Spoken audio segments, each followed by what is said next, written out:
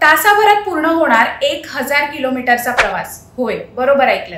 देशांतर्गत प्रवास अजूनच सुखकर व्हावा यासाठी देशात हायपरलूप प्रोजेक्ट सुरू झालाय। IIT मद्रासद्वारे देशातला हायपरलूप टेस्ट ट्रॅक तयार करण्यात आलाय।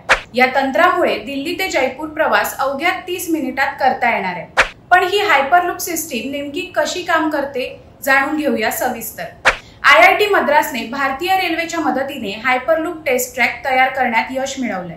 या ट्रॅकची लांबी 422 मीटर आहे, तर व्यावसायिक वाहतुकीसाठी 50 किलोमीटरचा कॉरिडॉर तयार करण्याचा शासनाचा विचार आहे। हा जगातील सर्वात लांब हायपरलूप ट्रॅक असू शकतो असं म्हटलं जात आहे। हायपरलूप सिस्टीममुळे ताशी 1000 किलोमीटरचा प्रवास करता येणार आहे, म्हणूनच 350 किलोमीटरचा प्रवास अर्ध्या तासात करणं शक्य होणार आहे। यामध्ये व्हॅक्यूम ट्यूबमध्ये इलेक्ट्रोमॅग्नेटिक पद्धतीने पॉड्स तरंगतात, ज्यात घर्षण आणि हवेचा प्रतिरोध दूर होतो। हायपरलूपमुळे देशातल्या मोठ्या शहरांदरम्यानचा प्रवासाचा वेळ कमी होणार आहे। दिल्ली ते जयपूर प्रवास करायला सध्या 5 ते 6 तास लागतात, पण तोच प्रवास आता 30 मिनिटात पूर्ण होईल।